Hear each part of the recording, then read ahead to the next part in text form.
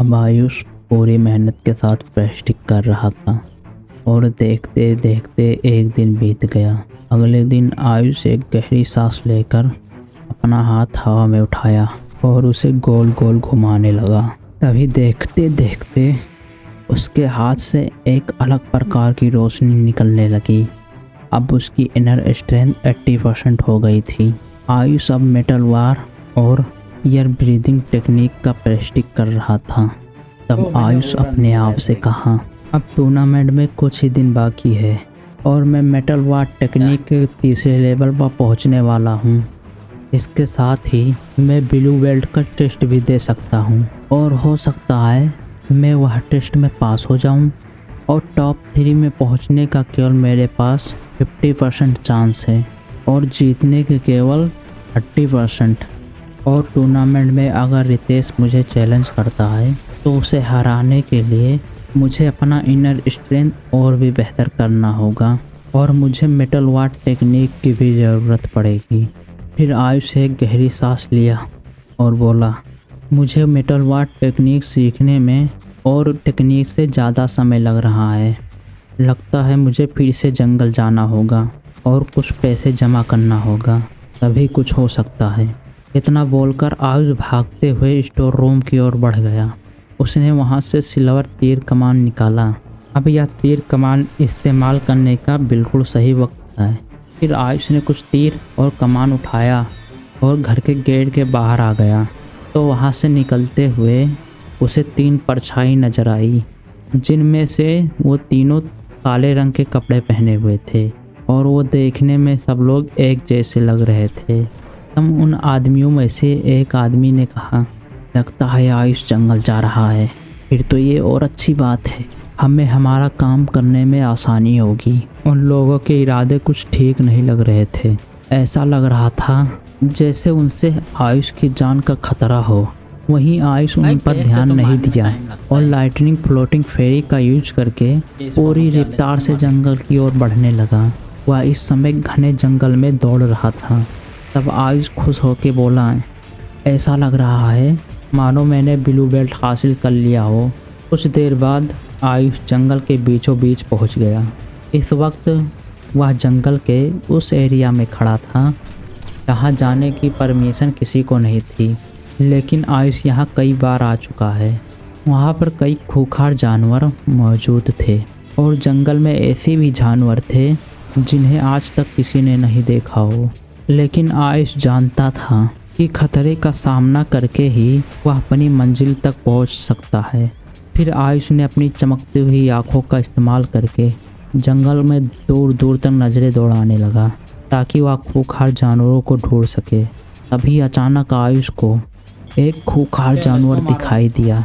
तब आयुष ने अपना तीर कमान निकाला और पूरी ताकत से उसे हवा में चला दिया। तभी अचानक वह तीर एक बड़ी गिलहरी को जाके लगा और जोर से चिल्लाने लगी और कुछ देर तड़पने के बाद उसकी सांसें थम गई।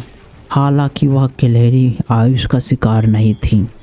आयुष बस वार्म अप कर रहा था। उसका असली निशाना तो एक खतरनाक जानवर था। वो खूंखार बड़े जानवर को मारकर ज़्यादा पैसे कमा सकता था।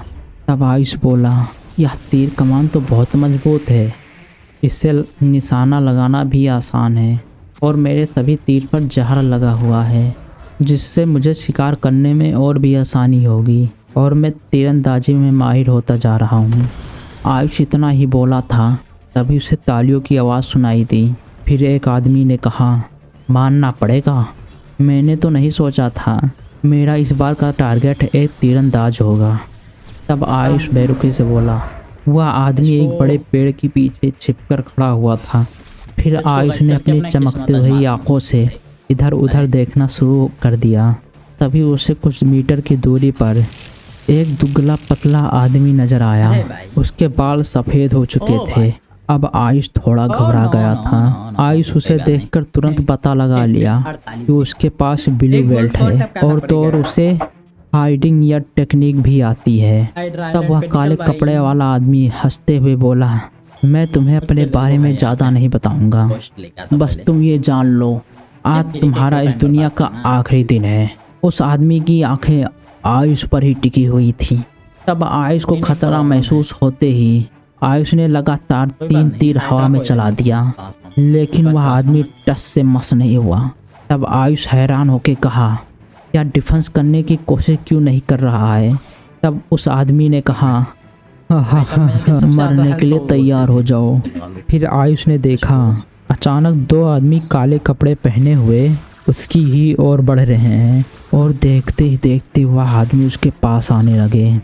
फिर उनमें से एक आदमी ने खंजर निकालते हुए बोला, तुम्हारा अंत नजदीक है। तब यह देखकर आयुष बड़बड़ाया, हाँ मैं अब क्या करूं? तभी उसकी आंखें चमकने लगी। वह 2 आदमी आयुष से बहुत दूर थे, लेकिन उनका एक आदमी आयुष के नज़दीक खड़ा हुआ था। वह टोटल 3 लोग थे।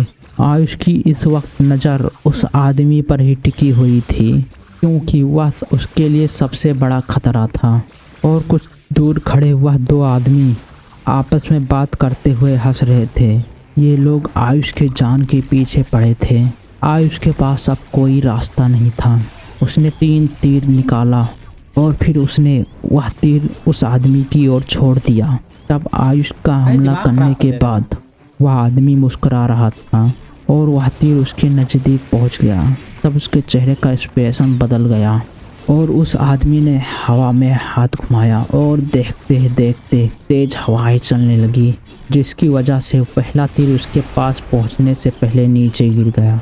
लेकिन दूसरा तीर पूरी रफ्तार से उसकी ओर बढ़ रहा था। अगर वह बचकर दूसरे तीर से आयुष पर हमला करता है, तब भी उसके पीछे तीसरा तीर था। वह समझ नहीं पा रहा था आयुष ने ऐसा कैसे किया। आयुष ने बड़ी बहादुरी और सोच समझ के वह तीर चलाया था।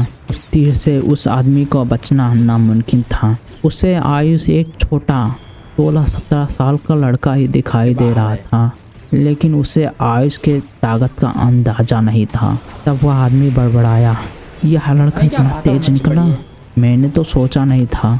वह आदमी आयुष के जाल में आसानी से फंस गया था। उसे पता नहीं था कि आयुष की नज़र उस पर ही टिकी हुई है। आयुष उस आदमी का सांसें से लेकर उसकी दिल की धड़कन तक गिन सकता था। आयुष के हमले से वह आदमी दंग रह गया, लेकिन तभी उसने गुस्से में कहा, तुम्हें क्या लगता है ऐसा करने से तुम बच जाओगे? आयुष अब भी अपनी जगह पर खड़ा हुआ था। इसके बाद उसने काले कपड़े वाले आदमियों पर अटैक किया, क्योंकि वो लोग आयुष के नज़दीक पहुंचने वाले थे। आयुष के तीर का टाइमिंग बिल्कुल परफेक्ट था, तो यह देखकर पास खड़ा आदमी थोड़ा घबराने लगा। आयुष खतरा देखकर भी वहां से नहीं भागा था। वह जानता था उसके ही इतनी होगी, वरना उसे जान से मारने की धमकी क्यों देते। इसके साथ आयुष को और कोई रास्ता नज़र नहीं आ रहा था। वह अपनी पावर से ही उन्हें हराने की कोशिश कर सकता है। उन तीनों को देखने के बाद आयुष एक बात तो समझ गया, वो जो 2 आदमी उसके पास भागते आ रहे थे वो ज़्यादा पावरफुल नहीं थे। अगर वह अपने खड़े पास आदमी को मात दे दे तो वह आसानी से जीत सकता है। ये आयुष के पीछे आ रहे आदमी आयुष को उलझा के रखे, ताकि वो लोग आयुष को जंगल में ज़्यादा से ज़्यादा वक्त रोक पाए। ऐसे में उन्हें आयुष को मारने के लिए ज़्यादा वक्त मिल जाएगा। आयुष पीछे हटने वालों में से नहीं था। Angry dragon fish technique, Ayush ने सोचते हुए कहा। इतना कहकर वह उन दोनों आदमियों की ओर बढ़ने लगा। उसकी बॉडी लैंग्वेज देखकर पास खड़ा आदमी झट से समझ गया। तभी आयुष हवा में उड़कर एक आदमी के सीने पर एक जोरदार पंच मारा। तभी वह आदमी चिल्लाया, हाँ! उसके साथ उसकी हड्डी टूटने की आवाज़ चारों तरफ गूंज रही थी। अब वह लड़ने के काबिल नहीं बचा था और आयुष के एक ही पंच पर वह बेहोश होकर ज़मीन पर गिर गया, क्योंकि आयुष का पत्थर जैसा हाथों का मुकाबला कर पाना आसान बात नहीं था। तब अचानक दूसरे आदमी ने कहा, इसने हमारे एक साथी को मार दिया।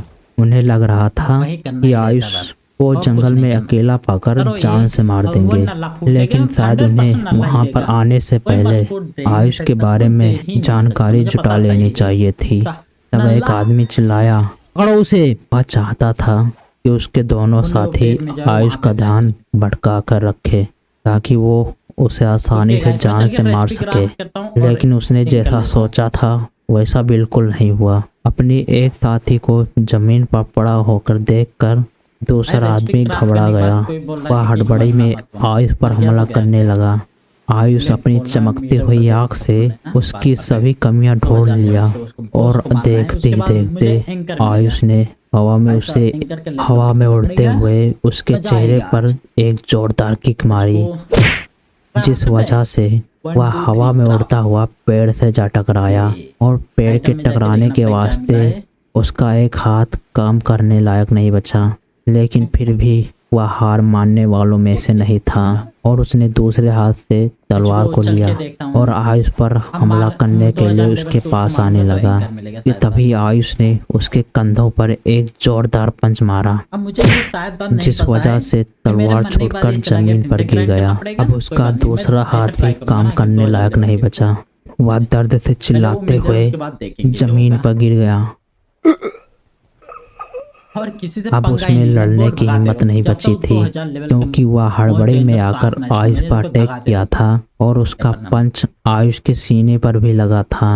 इस दौरान आयुष को भी चोट आ गई थी, क्योंकि वह मेटल वार टेक्निक में अभी तीसरा लेवल नहीं क्रॉस कर पाया था, इसलिए ऐसा कोई हमला सहने लायक और उसकी बॉडी सक्षम नहीं थी। क्या आयुष तीसरे आदमी को मार पाएगा? क्या आयुष अपना पावर इस्तेमाल करके यहाँ से बच पाएगा? अब क्या होगा आगे, ये जानने के लिए आप सुनते रहे कहानी का अगला भाग केवल हॉरर लाइव पर। छोड़ने पर कोई फायदा ही नहीं। मान लो